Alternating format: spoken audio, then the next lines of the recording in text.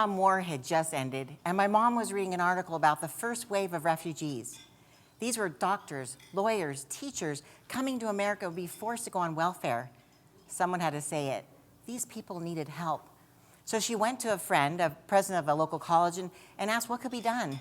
She said, these proud Vietnamese people, they don't want to go on welfare.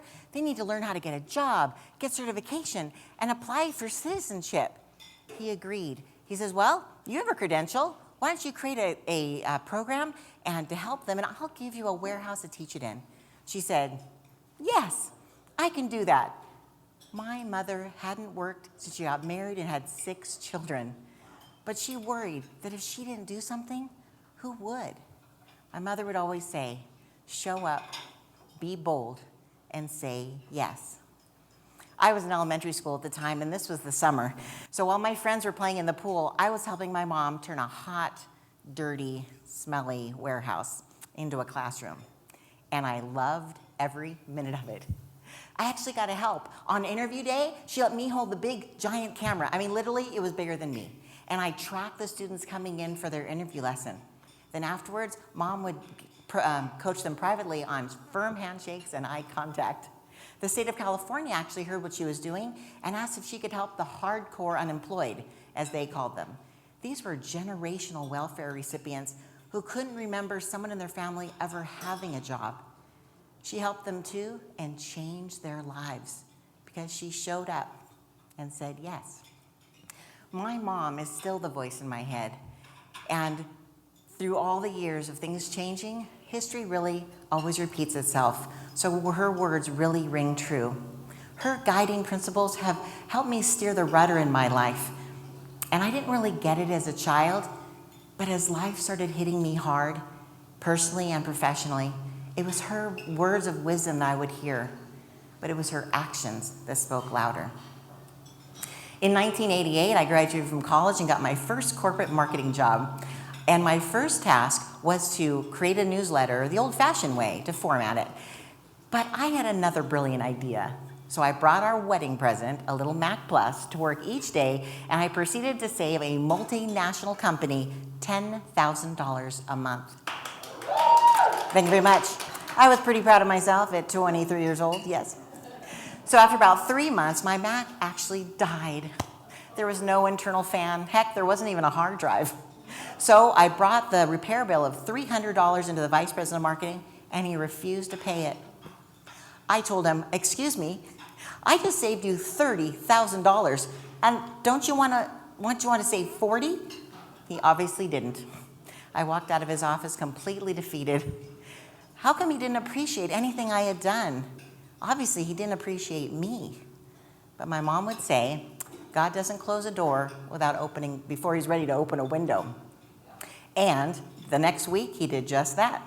Coincidentally, my college counselor called and said, hey, are you interested in being a loan executive? That's where your company pays the United Way to help them raise money. And I said, heck yes, I can do that. And I did.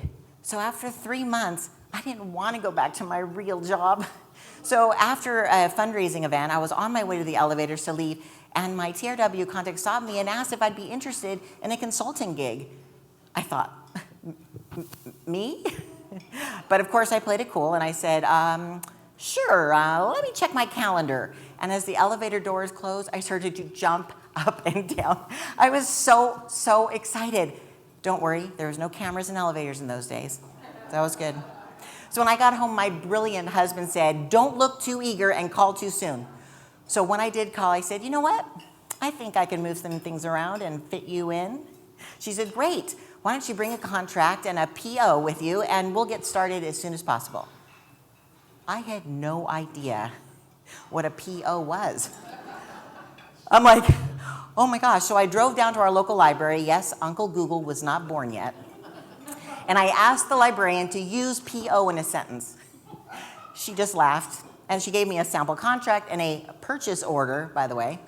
And I copied them word for word, and my little company was born. Zig Ziglar once said that it's not how far you fall, but how high you bounce that counts, right?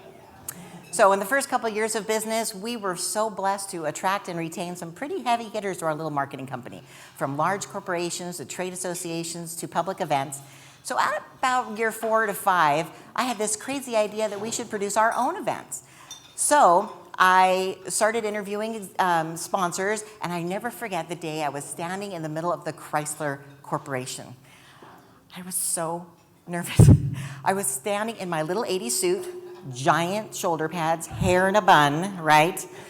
But I kept hearing my mom's voice, just be bold, push forward. So I did. And the vice president of marketing loved my concept. But he said, we just can't sponsor you until you're the size of a convention center. I took that as a challenge. So I went home and I told my husband something that I was sure to freak him out. Honey, we need to rent a convention center. So when he stopped laughing, and it took a while, we did the math, and we figured that if we could attract an exhibitor or a sponsor to one event, it'd be just as easy to attract them to 3, right? Right.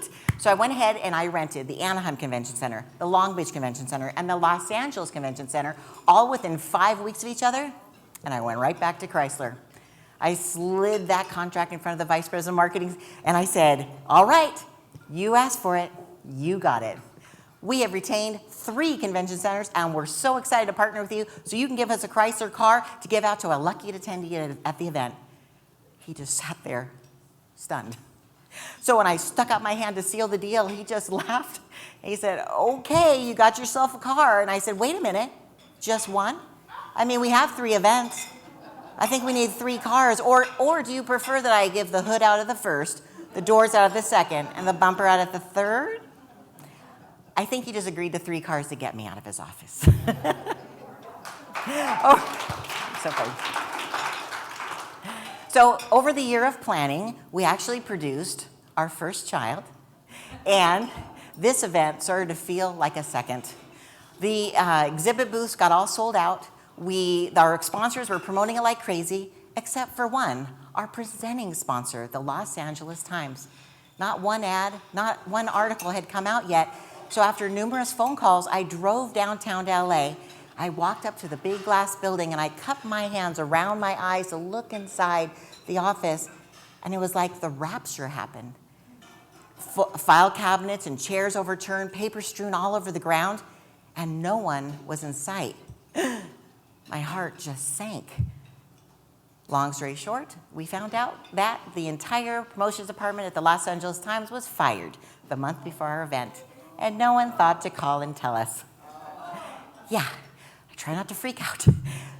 What would my other sponsors think? How would we attract attendees? Try to find my happy place, keep it together, and I heard my mom. The show must go on. You just push forward, be bold, and push forward. So I did. The first weekend's event was actually a real success. Our families loved it. And as we were packing up to go to the next event, which happened to be the next weekend, our show decorator handed me a new bill of $35,000 in unapproved overages. I said, no. We paid you in full yesterday. We don't have the money for this. We have another event this coming weekend. But someone had to say it. They were the union, and we were screwed. But the show must go on. So a few days later, my grandmother had a massive stroke. And because I was the only grandchild who actually didn't have a real job, I had said I would take care of her if that ever happened. And since we had no money to pay rent anyways, I looked at it as God opening another window. So while my husband was moving us out of our beautiful 4-bedroom home, I was in Long Beach changing the diapers of my almost 98-year-old grandmother and my almost 2-year-old daughter, and running the business and our team out of her little kitchen. Yes, it was a lot.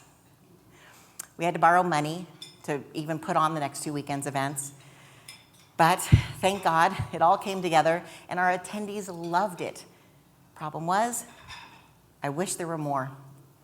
Our exhibitors agreed with us, and overnight, they emptied our bank account. We had already maxed out all our credit cards, borrowed money from family and friends, and we had no choice. We had to file bankruptcy. I felt like a big, fat broke loser.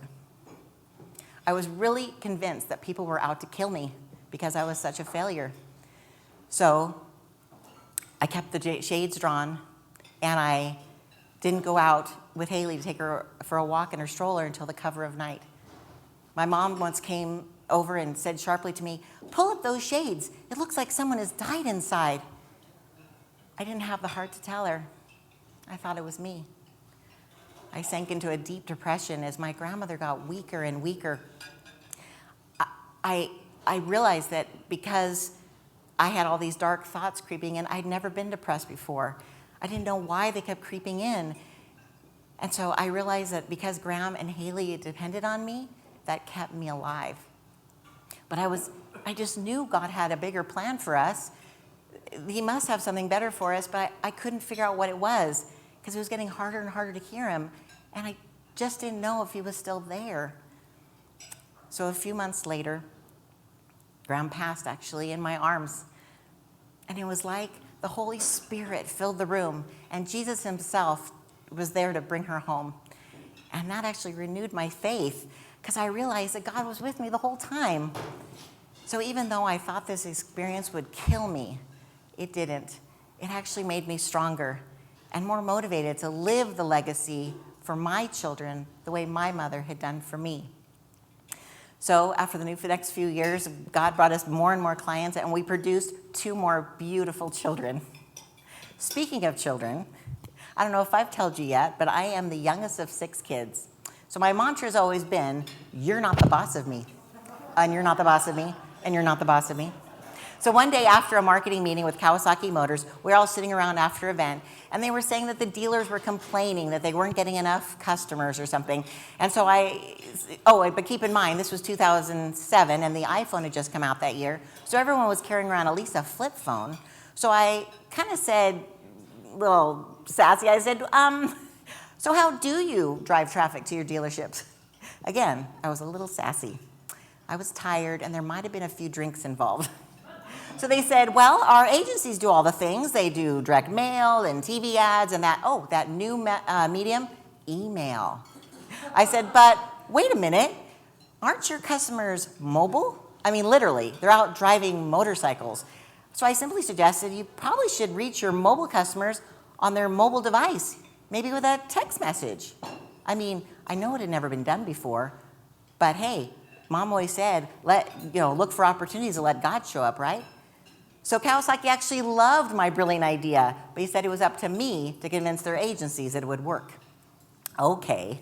So over the next 2 years, I kept hearing the agency saying, well, you can't do this and you can't do that. And in my head, I'm like, yes, I can, out loud. And then in my head, I was like, and you're not the boss of me. So I'd call up my engineers. I'd be like, okay, now we have to do this, right? So when we finally launched the Green Light to Win campaign in 2009, it was the very first national mobile marketing campaign ever. And it drove over 93,000 customers to the 1,500 dealerships across the country. Thank you. 93,000. Wow. That was the best marketing campaign I'd done in 20 years in business. So, needless to say, I dove headfirst into mobile marketing. Hello, Mobile Mary. And I launched our brilliant mobile software.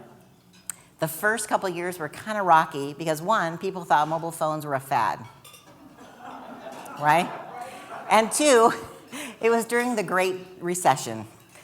So, but God, you know what? God always shows up, and he did. And he gave us the opportunity to work with the U.S. military. And in fact, today we still work with the Air Force and the U.S. Marines. So, yes.